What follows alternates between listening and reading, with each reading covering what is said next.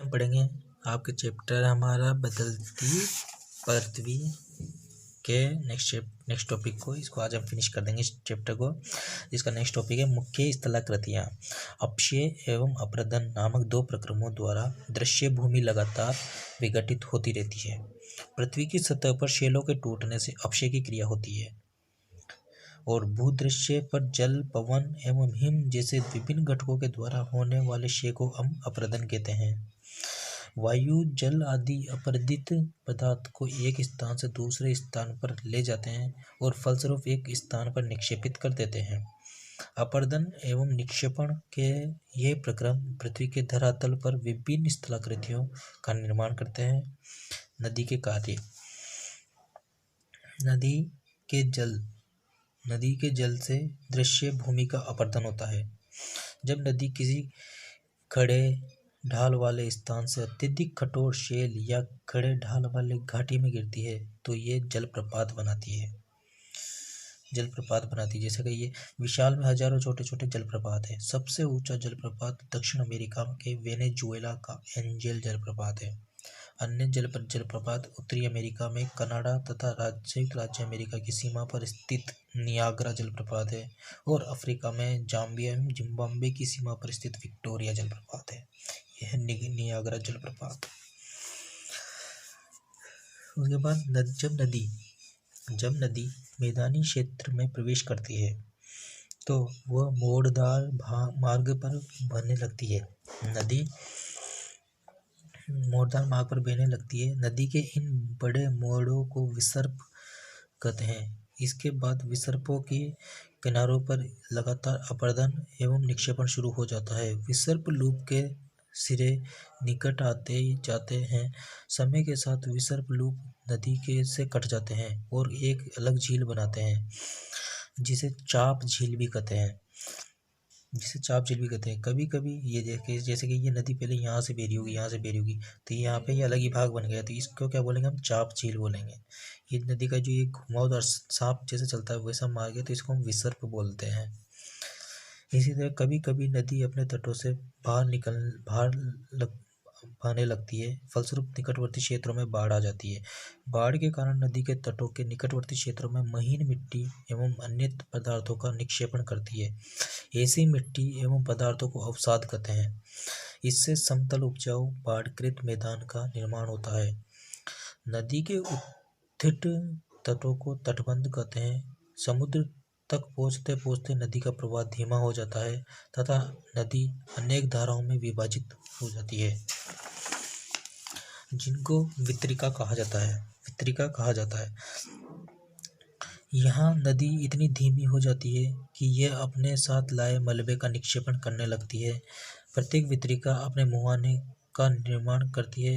सभी मुहाने के अवसादों के संग्रह से डेल्टा का निर्माण होता है। यहाँ से ये एक नदी आ रही थी, ये नदी यहाँ आती इसका जो है गति बहुत धीमी हो जाती है और ये अलग अलग भागों में बढ़ जाती है। ये नदी अब अलग अलग भागों में बढ़ जाती है तो इनके साथ जो मिट्टी बहाकर ये लाती है वो भी अलग अलग भागों में चल जाती है। अब अलग अलग भागों में जाने के बाद एक वो लिमिट तक ही बहती है और वहाँ पे जाके एक साथ उन सारे मलबे को छोड़ देती है। तो ये सारा का सारा मिट्टी का जो ढेर एक साथ इकट्ठा होता है इसको क्या कहते हैं? हम डेल्टा कहते हैं। समुद्री तरंग के कार्य। समुद्री तरंग के अपरदन एवं निक्षेपण तटीय स्थलाकृतियाँ बनाते हैं। समुद्री तरंगें लगातार शैलों से टकराती रहती है जिससे दरार विकसित होती है। समय के साथ ये बड़ी और चौड़ी होती जाती है। इनको समुद्री गुफा कहते हैं।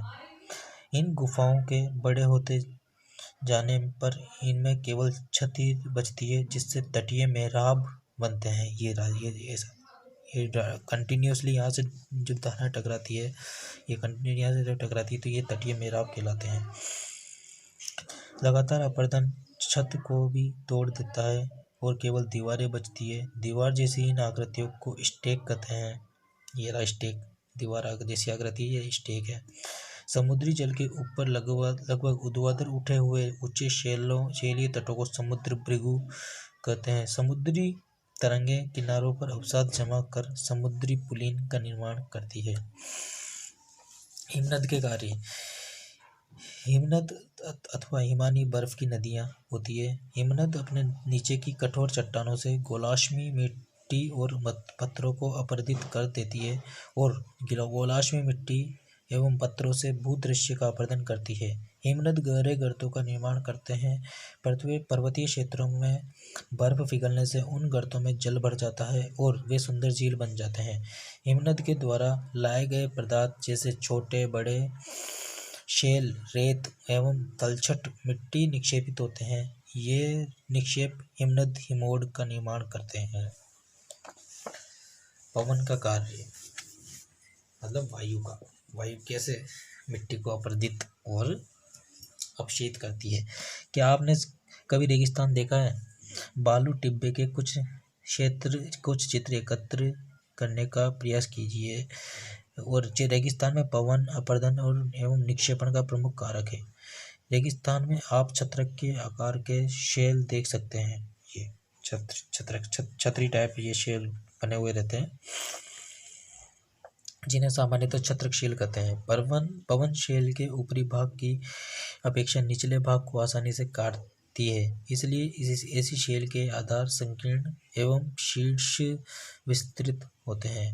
पवन चलने पर यह अपने साथ रेत को एक स्थान से दूसरे स्थान पर पहुंचाती है। जब पवन का बहाव रुक जाता है तो ये रेत गिरकर छोटी पहाड़ी बनाती है जिनको हम बालू टिब्बा कहते हैं। जब बालू कण महीन एवं हल्के होते हैं तो वायु उनको उठाकर अत्यधिक दूर ले जाती है। जब ये बालू कण विस्तृत क्षेत्र में निक्षेपित हो जाते हैं तो इसे लोएस कहते हैं। चीन में विशाल लोएस निक्षेप पाए जाते हैं। चीन में पाए जाते हैं। ये चैप्टर आपका यहाँ पे फिनिश हो गया। इसके जो क्वेश्चन आंसर है इनकी आपको PDF व्हाट्सएप ग्रुप में भेज दी जाएगी। Thank you.